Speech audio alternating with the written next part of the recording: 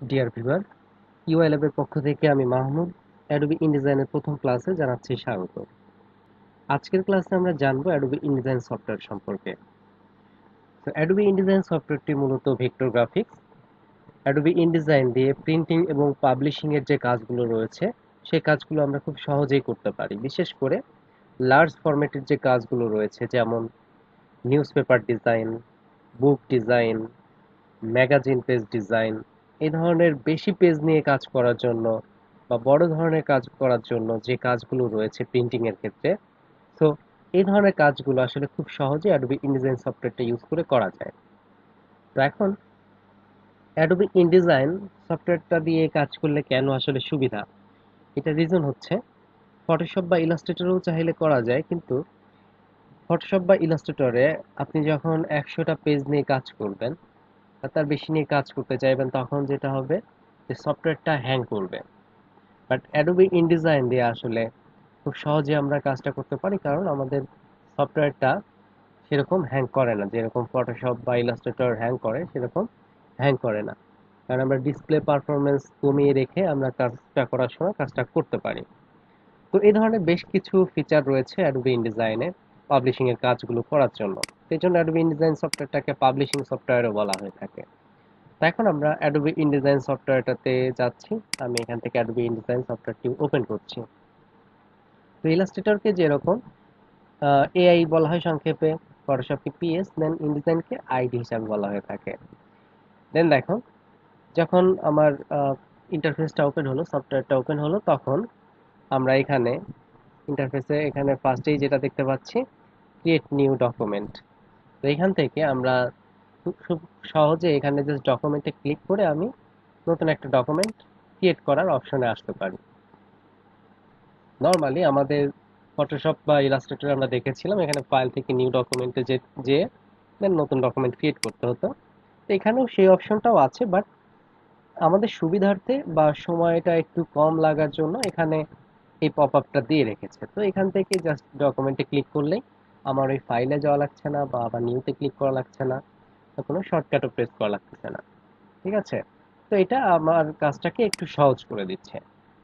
তো এখানে নিউ ডকুমেন্টে আসলে আমি এখানে ফার্স্টে হয়তো বা আপনাদের এরকম থাকতে পারে, জাস্ট এই অপশনগুলো থাকতে পারে। দেন এখানে মোর অপশনে যদি ক্লিক করা হয় তাহলে আরো কিছু অপশন এখানে বেড়ে যাবে। ওকে, সো এখন আমরা ডকুমেন্ট প্রিসেটটা দেখি। এটা ডিফল্ট ভাবে আছে। ওকে, দেন এখানে ইনটেন্ট ইনটেন্ট নামে একটা অপশন আমরা দেখতে পাচ্ছি, যেটা ফটোশপ বা ইলাস্ট্রেটরে নাই। তো ইনটেন্টের ভিতরে দেখেন তিনটা অপশন রয়েছে: প্রিন্ট, ওয়েব এবং ডিজিটাল পাবলিশিং। প্রিন্ট, ওয়েব এবং ডিজিটাল পাবলিশিং। তো যখন আমরা প্রিন্ট মিডিয়ার জন্য কোনো কাজ করব, কোনো ডিজাইন করব, লাইক নিউজ পেপার হোক বা ব্রোশিয়ার হোক বা ম্যাগাজিন হোক বা বইয়ের কাজ হোক, তখন আমরা এখান থেকে প্রিন্ট মিডিয়াটা সিলেক্ট করব।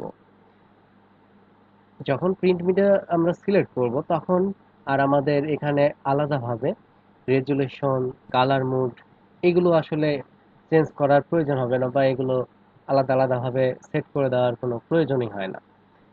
দেখেন, যখন আমি প্রিন্ট সিলেক্ট করছি, এখানে পেজ সাইজের দিকে আসলে এখানে আমরা লেটার, এ5, এ4, বিজনেস কার্ড, অর্থাৎ যেগুলো প্রিন্টের জন্য যে ডিজাইনগুলো মূলত, সে ধরনের সাইজগুলো কিন্তু আমরা এখন দেখতে পাচ্ছি। যখন এখানে ওয়েবটা সিলেক্ট করা হচ্ছে, তখন আমরা এখানে ওয়েবের জন্য বিভিন্ন সাইজ আমরা এখানে দেখতে পাচ্ছি। দেন যখন এখানে ডিজিটাল পাবলিশিংটা ইউজ করা হচ্ছে, দেখেন এখানে প্রিন্ট এবং ওয়েব মিডিয়া দুইটা না হয় বুঝলাম, ডিজিটাল পাবলিশিংটা কি? দেখেন, ডিজিটাল পাবলিশিংটা যখন সিলেক্ট করে আমি পেজ সাইজে আসছি, তখন এখানে আইফোন, আইপ্যাড, অ্যান্ড্রয়েড, অর্থাৎ বিভিন্ন ডিভাইসের নাম শো করছে।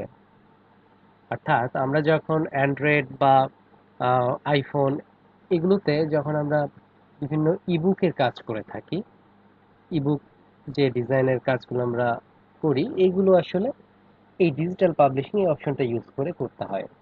ঠিক আছে? অর্থাৎ অ্যান্ড্রয়েডের ইবুক পড়ার জন্য বা ইবুকের যে ডিজাইনগুলো রয়েছে, এগুলো আসলে ডিজিটাল পাবলিশিং এই অপশনটা ইউজ করে আমরা করতে পারি। ওকে, দেন এখন এখানে যে অপশনটা আছে সেটা হচ্ছে নাম্বার অফ পেজেস। অর্থাৎ আপনি কয়টা পেজ নিয়ে এখানে কাজ করতে চান। আমি চাইলে এখান থেকে 100টা পেজ একবারে নিয়ে কাজ করতে পারি, আর তার বেশিও যদি প্রয়োজন হয় সেটাও নিতে পারি। ঠিক আছে, তো সাপোজ আমি এখান থেকে 100টা পেজ নিলাম। দেন এখানে নিচে অপশন রয়েছে স্টার্ট পেজ, অর্থাৎ স্টার্ট পেজ নাম্বারটা আমার কত। আমি স্টার্ট পেজ নাম্বারটা 1 দিয়ে রাখছি। দেখেন এখানে স্টার্ট পেজ নাম্বারটা এই কারণে দেওয়া হয়েছে, যেহেতু অ্যাডোবি ইনডিজাইনে আপনার অনেক পেজ নিয়ে কাজ করতে হয়। সাপোজ একটা বইয়ের যদি কাজ করতে হয় আপনাকে, হতে পারে 500 পেজ টোটাল ওই বইটাতে হবে। এখন আপনার একার পক্ষে আসলে 500টা পেজের কাজ করা কিন্তু কঠিন। তো এখন হতে পারে যে আপনারা 5 জন মিলে 500টা পেজের কাজ করবেন।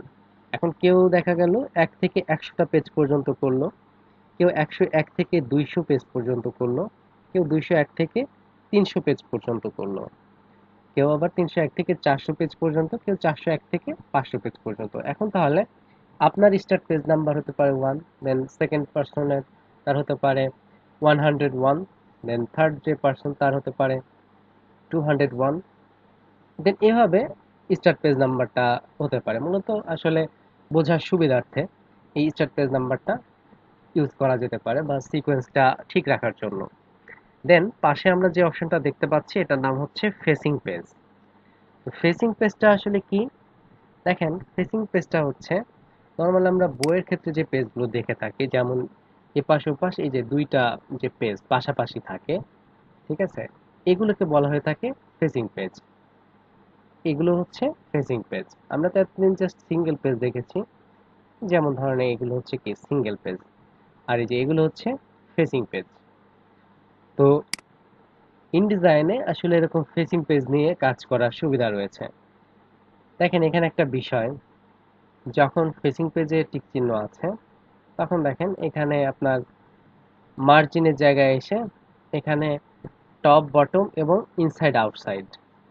আর যখন এখানে আপনার ফেসিং পেজের টিক চিহ্নটা উঠিয়ে দেখা হচ্ছে তখন এখানে টপ বটম লেফট রাইট হয়ে গেল। বেসিক্যালি কিন্তু টপ বটম এবং লেফট রাইট এটাই থাকে, top bottom left right. But যখন ফেসিং পেজে টিক চিহ্ন দেওয়া হয় তখন দেখেন টপ বটম লেফট রাইট না হয়ে ইনসাইড আউটসাইড হচ্ছে। এটা কেন? কারণ হচ্ছে দেখেন, যখন ফেসিং পেজটা সিলেক্ট থাকে বা ফেসিং পেজটা নিয়ে কাজ করতে হয় তখন আসলে হিসাবটা একটু আলাদা হয়। যেমন টপ বটম ঠিক আছে, বাট এই পেজের আউটসাইড পার্ট হচ্ছে এটা, ইনসাইড হচ্ছে এটা। আবার এই পেজের এটা হচ্ছে আউটসাইড, এটা হচ্ছে ইনসাইড। তো হিসাবটা তখন এভাবে হয়। ঠিক আছে, ওকে। দেন এখানে রয়েছে প্রাইমারি টেক্সট ফ্রেম। তো প্রাইমারি টেক্সট ফ্রেমটা হচ্ছে টেক্সট লেখার অপশন। ঠিক আছে, তো এইটা যখন আমরা ডকুমেন্ট ক্রিয়েট করার পরে টেক্সট লিখব তখন আসলে এই অপশনটা খুব সহজে আমি বোঝাতে পারবো। তো এখন আমি পরের অপশনে যাচ্ছি, পেজ সাইজ। পেজ সাইজটা দেখলাম এখানে ডিফল্ট ভাবে বিভিন্ন ধরনের পেজ সাইজ রয়েছে। দেন এখানে ওয়াইড হাইট। এখন ওয়াইড হাইট কত নিয়ে আপনি কাজ করতে চান সেটা এখান থেকে আসলে সিলেক্ট করে দেওয়া যেতে পারে। তো এখানে আসলে ইউনিট তো রয়েছে এখন পিকাসে, তো আমরা দেখি ইউনিটটা চেঞ্জ করে নিতে পারি কিনা।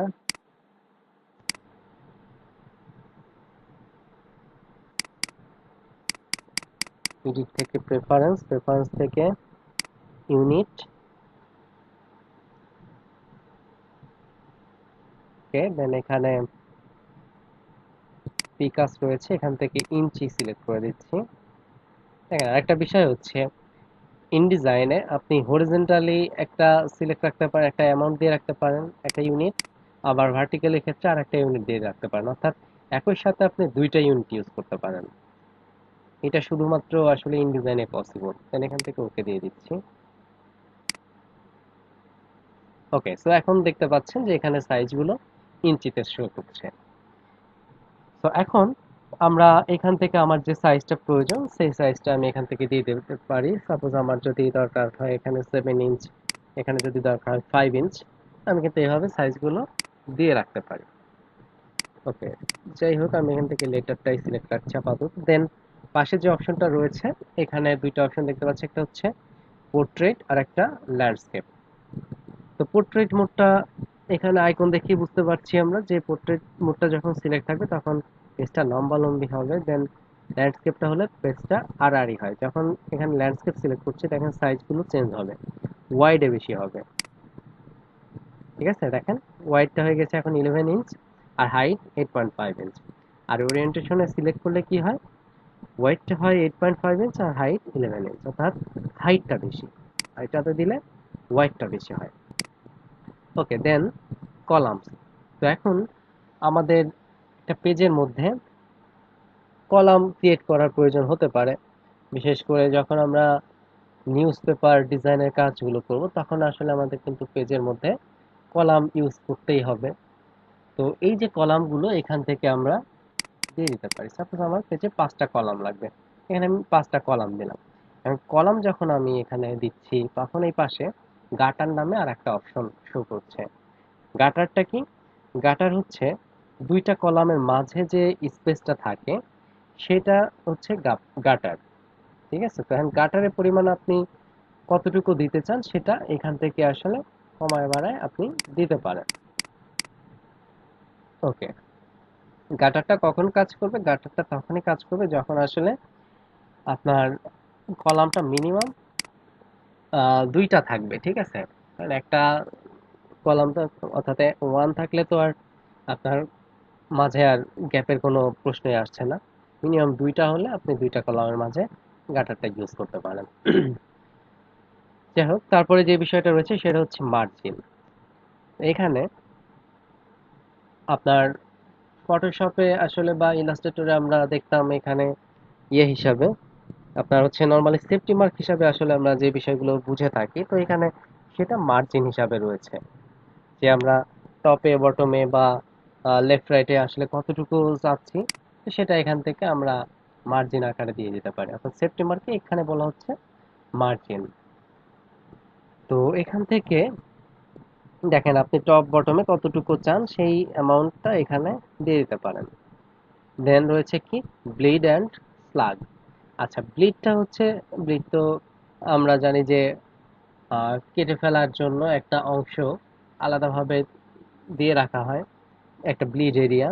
তো এখান থেকে দেখেন খুব সহজেই আসলে ব্লিড দেওয়া যায়। আমি এখান থেকে যদি 0.25 দিয়ে দেই যে কোনো একটাতে, সবগুলোতেই হয়ে গেল।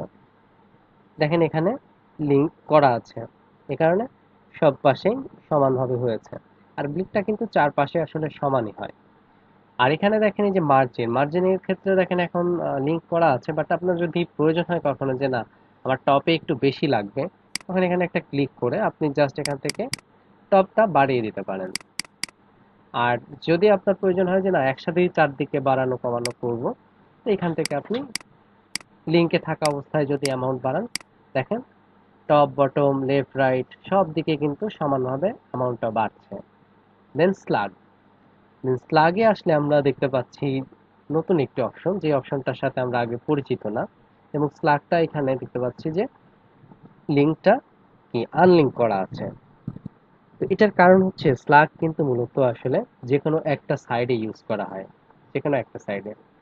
তো এখন আমরা স্লাগের এখানে যদি মাউসটা রাখি, তো এখানে আমরা লেখা দেখতে পাচ্ছি specify the area for custom marks or job information. অর্থাৎ একটা আপনার ইনফরমেশন দেওয়ার জন্য একটা কাস্টম মার্ক আর কি ইউজ করা যায়। অনেকটা এটা দিক আন্ডারলাইনের মতো দেখা যায়। এই জিনিসটা আসলে মূলত রিভিউ করার সুবিধার্থে অনেকে দিয়ে রাখে। ধরেন আপনি পেজের নিচে এই স্ল্যাগটা ইউজ করতে পারেন, যে প্রতিটা পেজের নিচে যেন তিনি একটু আলাদা মনোযোগ দিয়ে আসলে রিভিউ করার সময় বিষয়টা দেখেন। কারণ পেজের শেষে কোথায় এসে টেক্সটটা শেষ হলো, দেন পরের পেজটা যেন ঠিকঠাক মতো শুরু হয়। তো একটু বাড়তি আপনার রিভিউ করার সুবিধার্থে এই স্ল্যাগটা ইউজ করা যেতে পারে, বাট এটা প্রিন্টে আসবে না। ঠিক আছে, এই বিষয়টা মাথায় রাখবেন, এটা প্রিন্টে আসবে না, সো এটা চাইলে আপনি ইউজ করতে পারেন। দেন আমরা এখান থেকে যদি এখন ওকে করি, তো এখান থেকে আমি যদি ওকে করি তাহলে দেখেন এখানে আমি একটা ডকুমেন্ট দেখতে পাচ্ছি, একটা পেজ ক্রিয়েট হয়েছে। তো এখানে পেজটা ক্রিয়েট হলো কয়টা? একটা। আমি যদি চাইতাম এখানে আমি একাধিক পেজ ক্রিয়েট করব, তাহলে এখান থেকে আমি একবারে 100 যদি দিয়ে দিই, দিয়ে ওকে করি, এখন দেখেন তো কয়টা পেজ ক্রিয়েট হয়েছে? মনে হচ্ছে একটা না। আমি একটু জুম কমাই দেখি, দেখেন এখানে কিন্তু টোটাল 100টা পেজই ক্রিয়েট হয়েছে।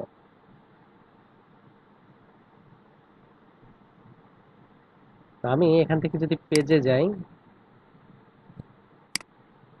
দেন দেখেন এখানে সিরিয়ালি কিন্তু আসলে পেজ নাম্বার গুলো দেখাচ্ছে, 1 থেকে শুরু করে একদম 100 পর্যন্তই। তো এখানে আপনার পেজের ডান সাইডের যে পেজগুলো হয় এগুলো হচ্ছে আপনার কিন্তু বেজোড় সংখ্যা হয়, ঠিক আছে? যেমন 1, 3, 5, 7। ডান সাইডের যে পেজগুলো এগুলো হয় বেজোড় সংখ্যা, দেখেন 1, 3, 5, 7। আর বাম পাশের পেজগুলো এগুলো হয় জোড় সংখ্যা। তো আপনার পেজের সবার উপরের যে পেজটা রয়েছে এটাকে বলা হয় এফসি বা ফন্ট কভার, ঠিক আছে? এটাকে বলা হয় এফসি বা ফন্ট কভার। সাপোজ ধরেন বইয়ের ফন্ট যে কভারটার কাজ করতে হয় বা ফন্ট যে ডিজাইনটা, সেটা হতে পারে এই পেজটা, ঠিক আছে? এটা হচ্ছে এফসি বা ফন্ট কভার। আর সবার নিচে যেটা রয়েছে এটা হচ্ছে বিসি বা ব্যাক কভার, ঠিক আছে? ফ্রন্ট কভার এবং ব্যাক কভার এই দুটো তো সিঙ্গেলে হবে, এটা হচ্ছে বিসি বা ব্যাক কভার। আর এর মাঝে যেগুলো থাকবে সবই যে ফেসিং পেজ পাশাপাশি, দেখেন দেখতে কিন্তু আসলে বইয়ের মতোই লাগছে, ঠিক আছে? দেখেন এগুলো হচ্ছে কি দুইটা দুইটা করে পেজ থাকবে, এগুলোকেই মূলত বলা হয়ে থাকে ফেসিং পেজ। যদি আমি ফেসিং পেজের টিক চিহ্নটা না রেখে যদি আমি পেজ নিতাম, তাহলে দেখেন সিঙ্গেল সিঙ্গেল আসতো। এখানে সাপোজ আমি 10টাই দিয়ে দিলাম, ওকে করলাম। এখন দেখেন এই যে সিঙ্গেল সিঙ্গেল কিন্তু একটা একটা করে পেজ আসছে। ওকে, সো ফেসিং পেজ এবং ফেসিং নর্মাল যে পেজের যে বিষয়টা সেই বিষয়টা আশা করি ক্লিয়ার। দেন এখন আমরা যে বিষয়টা দেখব, এখন আমি এখান থেকে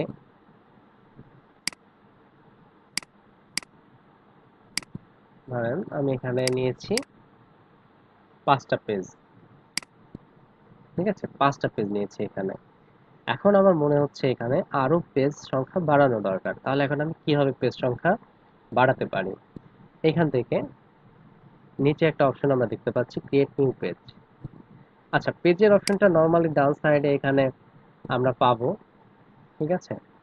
বাট এখানে যদি কখনো না পান তাহলে উইন্ডোতে চলে যাবেন। দেন উইন্ডো থেকে আপনি এই যে পেজ, যেটা শর্টকাট হচ্ছে F12, এটাতে ক্লিক করলেও পেজের অপশনটা চলে আসবে, পেজের যে প্যালেটটা আছে এটা এখানে চলে আসবে। এখন দেখেন এখানে এই যে ক্রিয়েট নিউ পেজ, এখানে ক্লিক করলে আমরা নতুন নতুন পেজ ক্রিয়েট করতে পারি খুব সহজে। অথবা এখানে যদি আমরা ক্লিক করি দেন এখানে ইনসার্ট পেজ, তো কয়টা পেজ আসলে লাগবে সেটাও আমরা কিন্তু এখান থেকে দিয়ে দিতে পারি। আচ্ছা,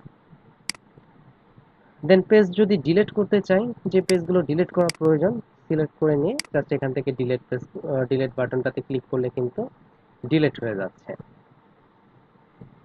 ওকে, দেন এখন আমরা আরো বিষয় দেখব। এখন দেখেন এই যে একটা ডকুমেন্ট ওপেন হয়েছে, একটা পেজ ওপেন হলো। আমি এখানে ব্লিড প্লাগ এগুলো সব আলাদা আলাদা ভাবে বোঝানোর জন্য এখান থেকে আমি দিয়ে দিই কিছু অ্যামাউন্ট। ব্লিড দিয়ে দিলাম 0.25, আর স্লাগটা আমি বটমে ইউজ করছি 1। দেন ওকে করলাম। ওকে, এখানে দেখেন আমরা বেশ কিছু আসলে এখানে আমরা দেখতে পাচ্ছি। তো এখানে কোনটা আসলে কি, বিভিন্ন কালারে আমরা এখানে গাইড দেখতে পাচ্ছি, কোনটা আসলে কি সে বিষয়টা আমাকে বুঝতে হবে। তো এখানে আপনার সবার নিচে যে সাইজটা আমরা দেখতে পাচ্ছি বা সবার ভেতরে যে সাইজটা, এইটুকু হচ্ছে আমার সেফটি মার্ক, ঠিক আছে? বা এটা হচ্ছে কি, এটা হচ্ছে আমার মার্জিন বা সেফটি এরিয়া। এটার মধ্যে কি করব, আমি আমার টেক্সট গুলো কিন্তু রাখবো, ঠিক আছে? দেন এইটা হচ্ছে মেন সাইজ, এই যে কালো কালারের যে বর্ডারটা দেখতে পাচ্ছি আমরা, এটা হচ্ছে মেন সাইজ। দেন রেড কালারের যেটা দেখতে পাচ্ছি এটা হচ্ছে ব্লিড। আর এই যে স্লাগের কথা বলেছিলাম এটা হচ্ছে স্লাগ। তো আমরা স্ক্রিন মোড থেকে বিষয়গুলো আমরা আলাদা আলাদা ভাবে আরো দেখতে পারবো। তো স্ক্রিন মোড কোথায় পাওয়া যাবে, এই যে দেখেন স্ক্রিন মোড অপশন বারে এখান থেকে আমরা খুব সহজে স্ক্রিন মেনু বার থেকে এখান থেকে স্ক্রিন মোডটা দেখতে পারবো, অথবা আপনি স্ক্রিন মোডটা ভিউ থেকে স্ক্রিন মোড, এখান থেকে স্ক্রিন মোডটা দেখতে পারেন। তো আমরা দেখছি যে অ্যাডোবি ইনডিজাইনে স্ক্রিন মোড রয়েছে মোট 5 ধরনের: normal, preview, bleed, slug and presentation. এখন যেটাতে রয়েছে সেটা হচ্ছে নরমাল মোডে। দেন যদি আমরা এখানে প্রিভিউতে ক্লিক করি, তাহলে দেখেন এটা হচ্ছে আমার preview mode. Normally preview mode বা এগুলো আমার ডিজাইনের শেষে দেখতে হয় যে কাজটা কেমন লাগছে দেখতে। দেন হচ্ছে ব্লিড। দেখেন এখন ব্লিডটা যখন আমি সিলেক্ট করলাম, তখন ব্লিড এরিয়া পর্যন্ত দেখা যাচ্ছে। যখন স্লাগটা সিলেক্ট করছি তখন স্লাগটুকু পর্যন্ত দেখা যাচ্ছে। দেন যখন প্রেজেন্টেশনটা ক্লিক করবো তখন এই যে ফুল প্রেজেন্টেশন। অর্থাৎ ফাইনালি কাজটা ডান হওয়ার পরে এভাবে প্রেজেন্টেশন করে, মানে প্রেজেন্টেশন মোডে রেখে দেখতে হয় যে কাজটা কেমন হলো। ঠিক আছে। দেন আমরা ইএসসি বা এসকেপ বাটন যেটা রয়েছে সেটা প্রেস করলে আবার আমরা আমাদের নর্মাল মোডে চলে আসতে পারবো বা ব্যাক করতে পারবো। ওকে, সো এখান থেকে আমরা স্ক্রিন মোডের বিষয়গুলো দেখলাম। দেন এখন আমরা দেখি যে এখানে কিভাবে হচ্ছে আমরা মার্জিন বা কলামগুলো নিয়ে কাজ করতে পারি। যেমন ধরেন এখন আমি চাচ্ছি যে পেজের মধ্যে আমি মার্জিনটা কমানো বাড়ানো করব, তাহলে চলে যেতে হবে লেআউট, লেআউট থেকে মার্জিন অ্যান্ড কলামস। আমরা মেনু বারে লেআউট অপশনে যাব, লেআউট থেকে মার্জিন অ্যান্ড কলামস। এখানে এখানে আসলে আমরা দেখতে পাচ্ছি যে মার্জিন টপ বটম, দেন হচ্ছে ইনসাইড আউটসাইড, অর্থাৎ আপনি কোথায় কতটুকু চাচ্ছেন সেই বিষয়টা কিন্তু এখান থেকে আমরা আবার মডিফাই করতে পারি। দেখেন আমি যখন এখান থেকে অ্যামাউন্ট বাড়াচ্ছি, এই যে মার্জিনের পরিমাণটা কিন্তু বাড়ছে। ঠিক আছে। দেন আমি যদি চাই যে আলাদাভাবে যে কোনো একটা সাইজে মার্জিনটা বাড়াবো, তো এই যে লিঙ্কটা আমি আনলিঙ্ক করে নিই, এখন কিন্তু আলাদাভাবে চাইলে টপ থেকে বাড়াতে পারছি। দেন আমি চাইলে বটম থেকে বাড়াতে পারি। দেন আমি চাইলে ইনসাইড বা আউটসাইড। ঠিক আছে, অর্থাৎ এটা লেফট রাইট, যেহেতু আমার ফেসবুক পেজের অপশনটা দেওয়া রয়েছে এই জন্য এখানে ইনসাইড আউটসাইড লেখা আসছে। ওকে।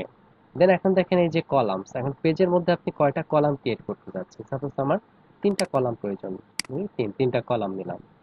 এই যে যখন আমি 3টা কলাম নিলাম তখন দেখেন এই যে এখন গাটারটা আমি ইউজ করতে পারবো। গাটারটা আসলে কি, মূলত এই যে একটা কলাম থেকে আর একটা কলামের মাঝে যে স্পেসটা রয়েছে বা দূরত্ব রয়েছে সেটা হচ্ছে গাটার।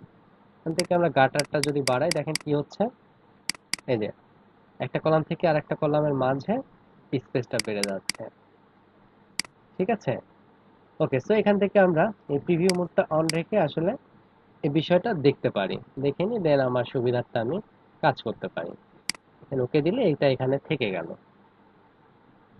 ওকে, এই বিষয়গুলো দেখলাম আমরা যে মার্জিন অ্যান্ড কলামস নিয়ে কিভাবে আসলে কাজ করতে হবে, বা কিভাবে আমি পেজ নেওয়ার পরেও মার্জিন অ্যান্ড কলামটা আমি চাইলে এডিট করতে পারি বা মডিফাই করতে পারি। ঠিক আছে। দেন এখন আমরা দেখব যে পেন টুল বা শেপ টুল এগুলো নিয়ে কিভাবে কাজ করতে হয় অ্যাডোবি ইনডিজাইনে। আমরা এখান থেকে ক্লিক করে আমি একটু টুলবারগুলোকে কাছাকাছি নিয়ে আসলাম, 2টা লাইনে নিয়ে আসলাম। তো এখানে আসলে যে টুলবারটা রয়েছে সেটা দেখতে পাচ্ছি আমরা যে অ্যাডোবি ইলাস্ট্রেটরের সাথে কিন্তু অলমোস্ট 80% বা 90% মিল রয়েছে। ঠিক আছে, এটাও ফিল এবং স্ট্রোক নিয়ে কাজ করে। দেখেন ফিল এবং স্ট্রোক। দেন এখানে সিলেকশন টুল, এটা হচ্ছে ডাইরেক্ট সিলেকশন টুল। তো টুলগুলোর ক্ষেত্রেও দেখেন আপনি এখানে একদম সিমিলারিটি পাচ্ছেন। তো এই জন্য কেউ যদি আগে থেকে অ্যাডোবি ইলাস্ট্রেটর সফটওয়্যারটা সম্পর্কে জানে, তার জন্য আসলে অ্যাডোবি ইনডিজাইন সফটওয়্যারটা শেখা খুবই সহজ। কারণ আপনি ম্যাক্সিমাম অনেক কিছুই এখানে মিল পাবেন কাজের ক্ষেত্রে, নতুন করে আসলে শিখতে হবে না। ওকে, সো এখন পেন টুল দিয়ে কাজটা কিভাবে করতে হয় দেখেন। যেভাবে আমরা নর্মালি আগে পেন টুল দিয়ে কাজ করেছি এখানেও সেভাবে আসলে পেন টুল দিয়ে কাজ করা যাবে।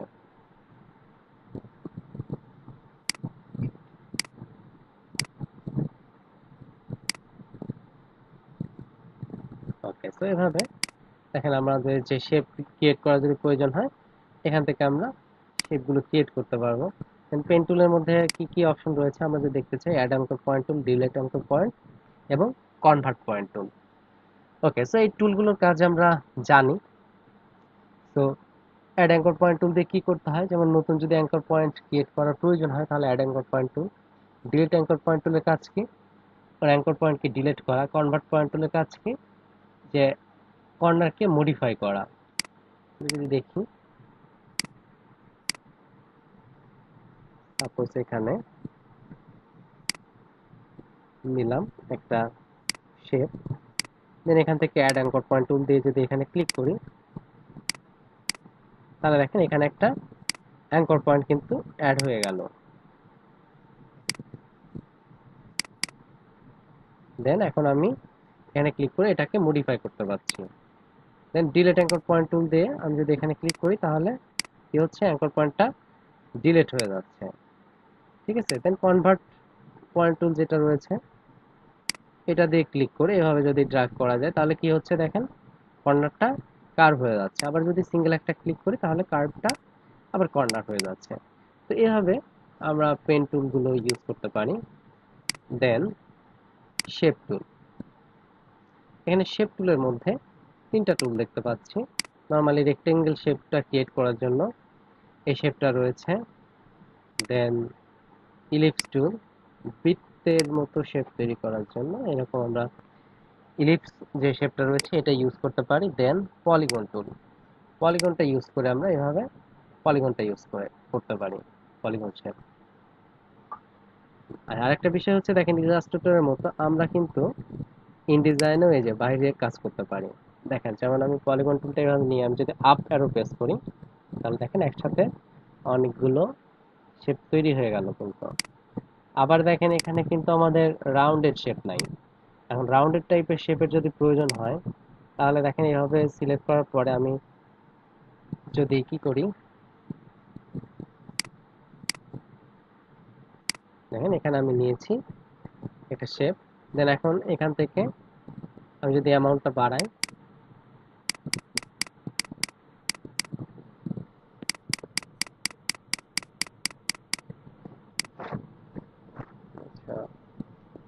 হোয়াইট হাইট, ওকে, এই যে এখানে ক্লিক করতে হবে। ঠিক আছে, ক্লিক টু এডিট কর্নার, এখানে এডিট ক্লিক করতে হবে। ক্লিক করে এখন দেখেন এখান থেকে যদি আমরা অ্যামাউন্টটা বাড়াই এখান থেকে, তাহলে দেখেন কর্নারটা কি হচ্ছে, ধীরে ধীরে কার্ভ হচ্ছে। দেখেন এখান থেকে যত বাড়ানো যাবে তত কার্ভ হবে। অথবা এখান থেকে আমরা জাস্ট এই যে এভাবে যত ড্র্যাগ করব তত কি হবে, শেপটা রাউন্ডেড হবে। ঠিক আছে, যেমন ধরেন এখানে ক্লিক করলাম, ক্লিক করে এখানে ক্লিক টু এডিট কর্নার এখানে ক্লিক করব। দেন এখান থেকে এভাবে ড্র্যাগ করলে কি হচ্ছে, শেপটা রাউন্ডেড হয়ে যাচ্ছে। তাহলে এখানে রাউন্ডেড শেপের আসলে আলাদাভাবে প্রয়োজন নাই। ওকে, এখন এখানে আমরা কাজের জন্য এই শেপগুলোই নর্মালি দেখতে পাচ্ছি। বাট ধরেন আপনার আরো যদি ভিন্ন ভিন্ন শেপের প্রয়োজন হয়, যেমন স্টার টাইপের একটা শেপের আপনার প্রয়োজন, তাহলে আসলে সেক্ষেত্রে কি করবেন? আমরা জানি যে ইলাস্ট্রেটরে ডিজাইন করার জন্য বিভিন্ন রকমের শেপ রয়েছে, শেপের বিভিন্ন রকম টুল রয়েছে। তো এখানে তো আমরা সে ধরনের এতগুলো টুল দেখতে পাচ্ছি না।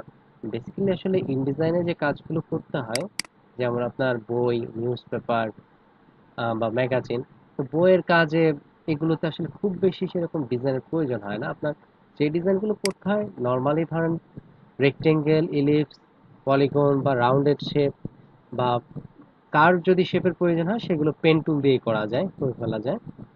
তো এগুলোর বাহিরে আসলে খুব বেশি শেপের প্রয়োজন হয় না। বাট যদি প্রয়োজন হয়, সেক্ষেত্রে আমরা অ্যাডোব ইনডিজাইন থেকেও আমরা কি করতে পারি, অ্যাডোবি ইনডিজাইন থেকেও আমরা কাজটা করতে পারি বা লিঙ্ক করে। ওকে, সো আমরা ইলাস্ট্রেটরটা ইউজ করে আসলে শেপটা আমরা ইনডিজাইনে ইউজ করতে পারি, বা ইলাস্ট্রেটরের সাথে লিংক করে নিয়েও ইনডিজাইনে কাজ করা যায়। যেমন আমি কোনো একটা শেপ ইলাস্ট্রেটরে ক্রিয়েট করব, সেটা অটোমেটিক ইনডিজাইনে চলে আসবে। ঠিক আছে, ব্যাপারটা খুবই মজার। দেখেন কিভাবে ইলাস্ট্রেটরের সাথে ইনডিজাইনকে লিংক করতে হয় সেই বিষয়টা এখন দেখছি।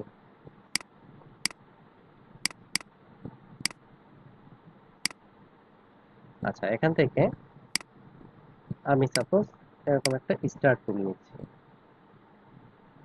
আচ্ছা, নরমালি দেখেন এখান থেকে কন্ট্রোল সি দিয়ে কপি করে আমি ইনডিজাইনে এসে জাস্ট কন্ট্রোল ভি দিয়ে পেস্ট করলেই এখানে আমার যে শেপটা আমি ক্রিয়েট করেছিলাম ইলাস্ট্রেটরে সেটা কিন্তু এখানে চলে আসে।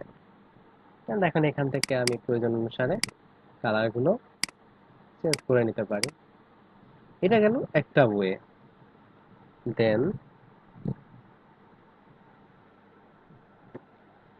আরেকটা ওয়ে হচ্ছে কি, ইলাস্ট্রেটরের সাথে লিংক করে নেওয়া। এখন আমরা লিংক কিভাবে করতে পারি? লিংকটা করার জন্য আগে ফাইল থেকে সেভ করতে হবে। ফাইল থেকে সেভ অ্যাজে গিয়েছি, দেন এখানে এসে আগে আমি সেভ করে নিলাম। ওকে, দেন সেভ করার পরে এখন আমরা ইনডিজাইনে চলে যাব। দেন এখানে ফাইল থেকে প্লেস, দেখেন ফাইল থেকে প্লেস করার শর্টকাট হচ্ছে কন্ট্রোল ডি। আমরা যখন ফটোশপে কন্ট্রোল ডি এর ইউজ করেছি তখন কি হতো, সেটা ডি সিলেকশনের কাজে ব্যবহার হতো। আবার ইলাস্ট্রেটরে কন্ট্রোল ডি করলে কি হতো, ট্রান্সফর্ম এগেইন হতো, অর্থাৎ বারবার ট্রান্সফর্ম হতো। আবার ইনডিজাইনে দেখেন সেই একই শর্টকাট কি করতেছে, আপনার ফাইল থেকে প্লেস করার কাজে ব্যবহার হচ্ছে। তাহলে একই শর্টকাট তিনটা সফটওয়্যারে তিন ধরনের। এখান থেকে আমরা ইলাস্ট্রেটরের যে ফাইলটা রয়েছে সেটাকে আমরা ওপেন করছি।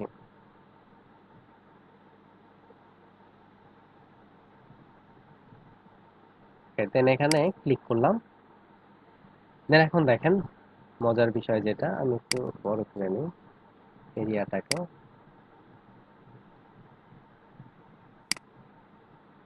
আচ্ছা, এখন দেখেন ইলাস্ট্রেটরে এসে আমি এখান থেকে কি করব, এই কর্নারটাকে একটু সাইডে বাড়াই দিব। এভাবে আমি সাইডে বাড়াই দিলাম। দেন এখন কন্ট্রোল এস দিব এখানে। এখন আমি ইনডিজাইন সফটওয়্যারে চলে যাই। এখানে এসে কোনো চেঞ্জ দেখতে পাচ্ছি না, তাই না?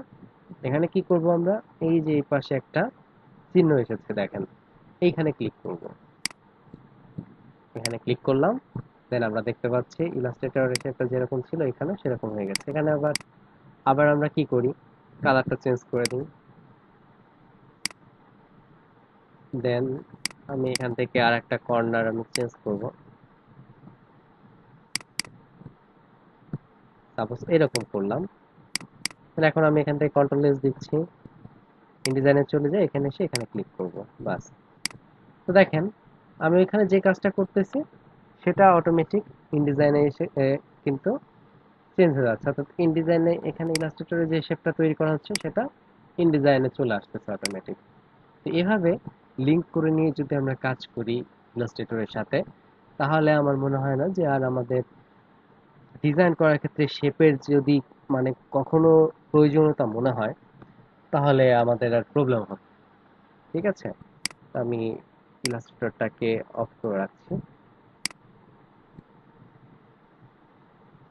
ওকে, দেন এখন এখানে একটা বিষয় দেখতে পাচ্ছি আমরা যে এটা ভেক্টর গ্রাফিক্স, বাট তাহলে এখানে শেপটা এমন দেখা যাচ্ছে কেন?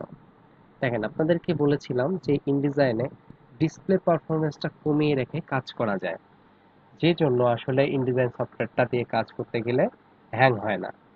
তো এখন কিভাবে ডিসপ্লে পারফরমেন্সটা আমরা কমাতে পারি? তো ডিসপ্লে পারফরমেন্সটা কমানোর জন্য আমরা ভিউ থেকে ডিসপ্লে পারফরমেন্স এই অপশনে আসতে পারি। তো ভিউ থেকে ডিসপ্লে পারফরমেন্সে আসলে এখানে আমরা দেখতে পাচ্ছি এখন এটা টিপিক্যাল ডিসপ্লেতে সিলেক্ট রয়েছে। ঠিক আছে, তো এটাতে যদি আমি হাই কোয়ালিটি ডিসপ্লেটা সিলেক্ট করে দেই এখন, তাহলে শেপের লুকিংটা চেঞ্জ হয়ে যাবে। দেখেন এখন আমি যতই জুম করি না কেন, এখন আপনি দেখেন শেপটার কিন্তু আর কোনো পরিবর্তন নাই। তো আশা করি বিষয়টা বুঝতে পেরেছেন। আমরা কাজ করার সময় কি করি, কাজ করার সময় আমরা ডিসপ্লে পারফরমেন্সটা টিপিক্যাল ডিসপ্লেতে দিয়ে রেখে আমরা কাজটা করি। দেন যখন ফাইনালি আমার কাজটা কমপ্লিট, তখন আমি সেভ দেওয়ার আগে এখান থেকে হাই কোয়ালিটি ডিসপ্লে এই অপশনটা সিলেক্ট রেখে আমি সেভ করে দিব, ব্যাস। তাহলে আমার কাজটাও হয়ে গেল। দেন আবার কাজটা খুব সহজে স্মুথলিও করলাম। তো ডিসপ্লে পারফরমেন্সটা তাহলে আমরা ভিউ থেকে এই অপশন থেকে এসেও আমরা সিলেক্ট করতে পারি, আবার রাইট বাটনে ক্লিক করেও আমরা ডিসপ্লে পারফরমেন্সটা আমরা নিয়ে আসতে পারি, বা ডিসপ্লে যে পারফরমেন্সের মোডগুলো রয়েছে সেটা চেঞ্জ করতে পারি। ওকে, দেন আজকে আমরা আরেকটি মজার বিষয় দেখব, সেটি হচ্ছে ইমেজ কিভাবে অ্যাডোবি ইনডিজাইনে ইউজ করতে হয়। ইমেজটা ইউজ করা বা ইমেজ প্লেস করা অ্যাডোবি ইনডিজাইনে, এটাও আসলে খুবই মজার একটি অপশন। দেখেন আমি নর্মালি এখানে কিছু ইমেজ আমি প্লেস করতে চাচ্ছি। তো আমি এখান থেকে আগে কিছু ইমেজ আমি কালেক্ট করে নিই। মেশিন,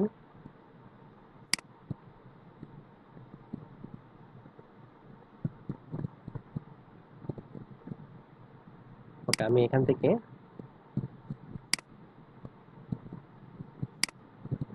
মেশিন এই ছবিটা নিচ্ছি।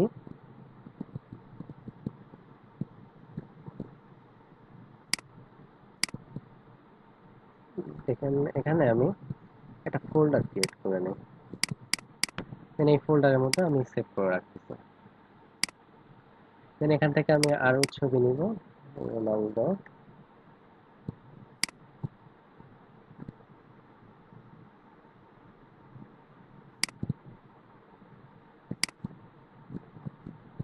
ছবিটার রেজুলেশন খুব বেশি ভালো মনে হচ্ছে না, তো আমি এখান থেকে এই ছবিটা নিয়ে নিচ্ছি। ওকে, দেন আমি আরো কয়েকটা ছবি নেব এখান থেকে। ওজিল,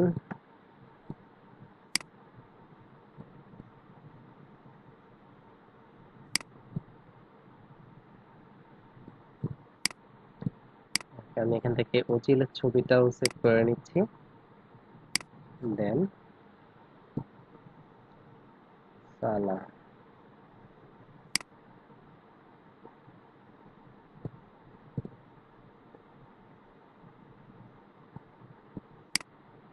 এই ছবিটা নেই।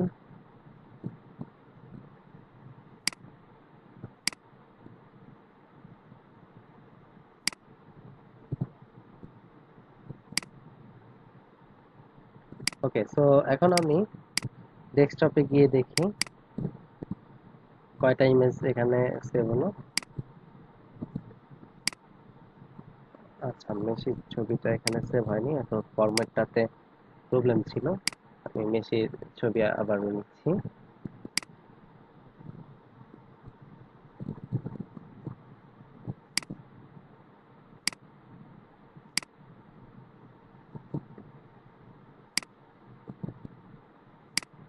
ওকে, তো এখন এই ছবিগুলো দেখেন আমি কি করব, ইনডিজাইনে আমি প্লেস করব।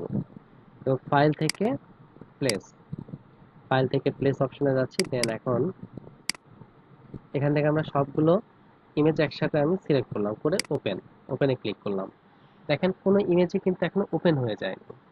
এখন আমার এখানে শো করছে, দেখেন মাউসে যে এখানে ব্র্যাকেটের ভিতরে 4 অর্থাৎ 4টা ইমেজ আছে। আমি যদি ডান অ্যারো প্রেস করি, তাহলে দেখেন ছবিগুলো কিন্তু ধীরে ধীরে চেঞ্জ হচ্ছে একটার পর একটা। দেখেন একবার মেসি আসছে, একবার ওজিল, একবার সালা, একবার রোনালদো।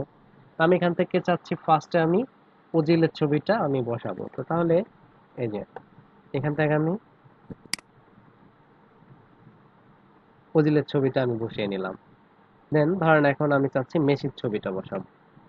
এই যে মেসির ছবিটা আমি এখান থেকে সিলেক্ট করে নিলাম, নিয়ে এখান থেকে মেসির ছবিটা আমি বসিয়ে দিচ্ছি। আচ্ছা, তো এইভাবে যদি আমি ড্র্যাগ করি তাহলে আমি নির্দিষ্ট এরিয়ার মধ্যে বসাতে পারি। আর যদি এভাবে সিঙ্গেল জাস্ট ক্লিক করি, ছবিটা যতটুকু সাইজে সেই সাইজে ছবিটা এখানে বসবে, ঠিক আছে। আর এখানে আর একটা বিষয় হচ্ছে আপনার এই যে এভাবে নর্মালি যদি আপনি ট্র্যাক করেন তাহলে দেখেন কি হচ্ছে, একটা রেশিও অনুযায়ী কি হচ্ছে, একটা নির্দিষ্ট রেশিও অনুযায়ী কিন্তু দেখেন ওয়াইড হাইট সমানভাবে কিন্তু সিলেকশন হচ্ছে। ঠিক আছে? আর আপনি যদি এখন চান যে না আমি হাইটে বেশি নিব বা ইচ্ছা মতো নিবেন তাহলে শিফটটা করতে হবে। ঠিক আছে? শিফট চেপে আপনি যদি এখন এদিক সেদিকে আপনি মাউসটা নাড়ান বা এদিক সেদিকে নিতে চান ওয়াইড হাইটটা, তাহলে কিন্তু শিফট ধরে নিয়ে এদিক সেদিকে আপনি করতে পারবেন। ধরেন আমি এতটুকু চাচ্ছি, এখন এই যে।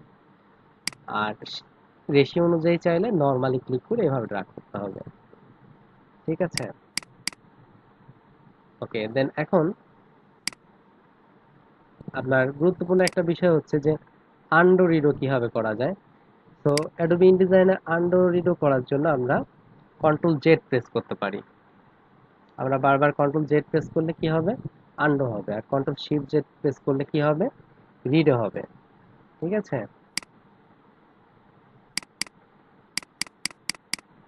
এখানে দেখতে পাচ্ছি আমরা আন্ডো এবং রিডো। ঠিক আছে? যে কন্ট্রোল জেড এবং রিডোর জন্য কন্ট্রোল শিফট জেড বা শিফট কন্ট্রোল জেড। আচ্ছা, যাই হোক। তো এখন এখানে আমরা আরেকটা গুরুত্বপূর্ণ বিষয় এখন দেখব।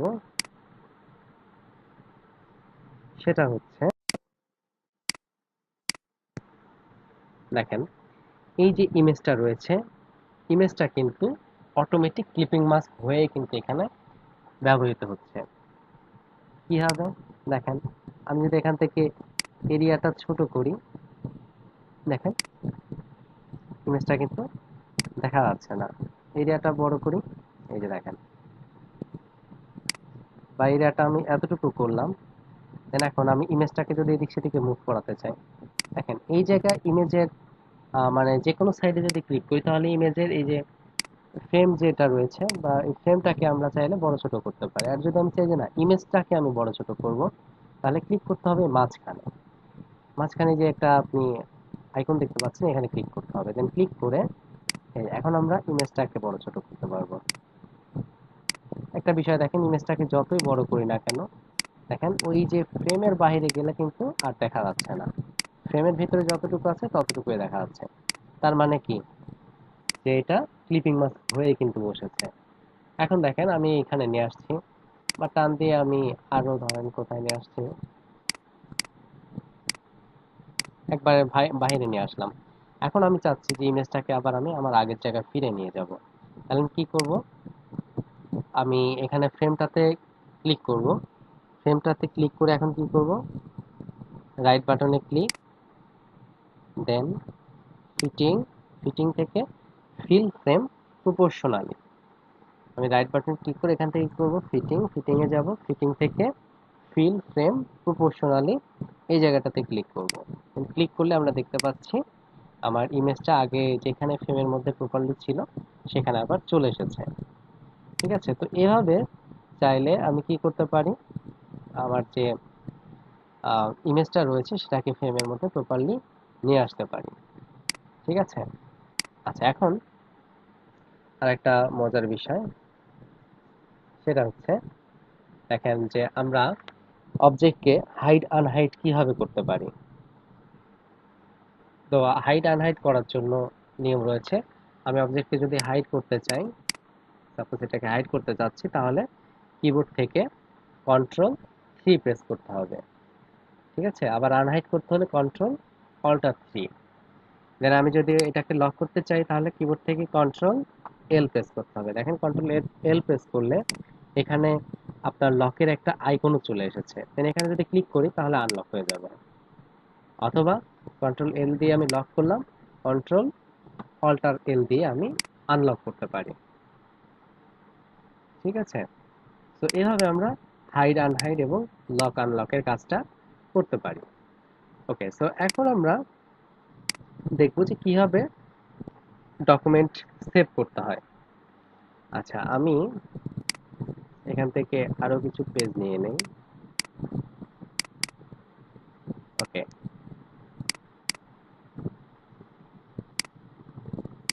আমি কপি করে করে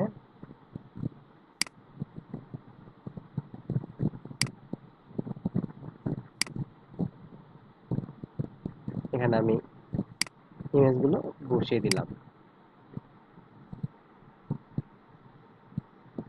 দেন ধরেন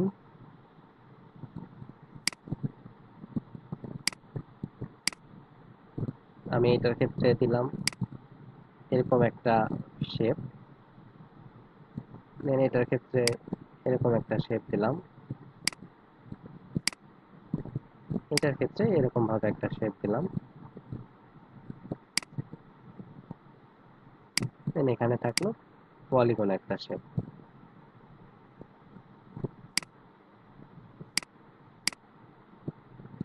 আচ্ছা, দেন এখানে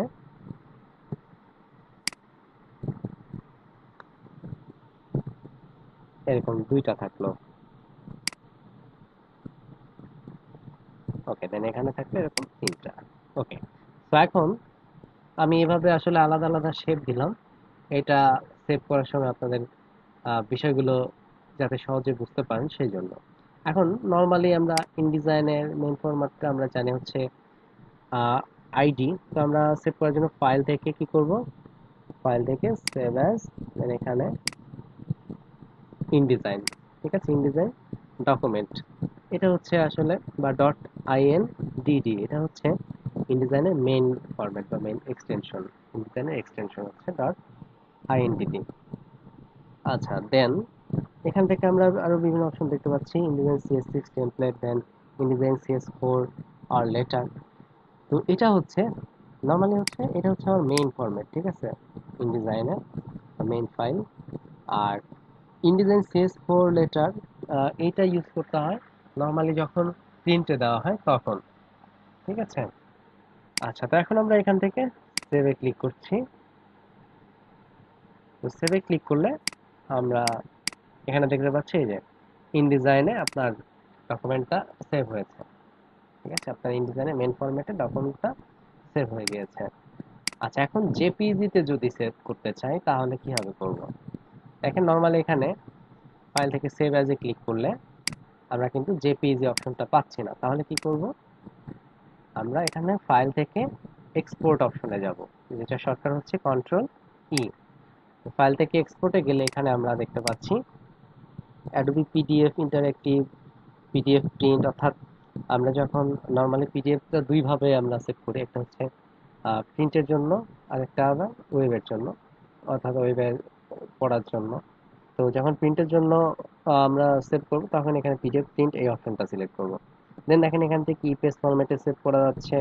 দেন এখানে এইচটিএমএল, তারপরে এখানে জেপিইজি, বিভিন্ন ধরনের অপশন রয়েছে। তো পিএনজি রয়েছে, এখান থেকে আমি জেপিইজি সিলেক্ট করলাম, করে এখানে সেভ।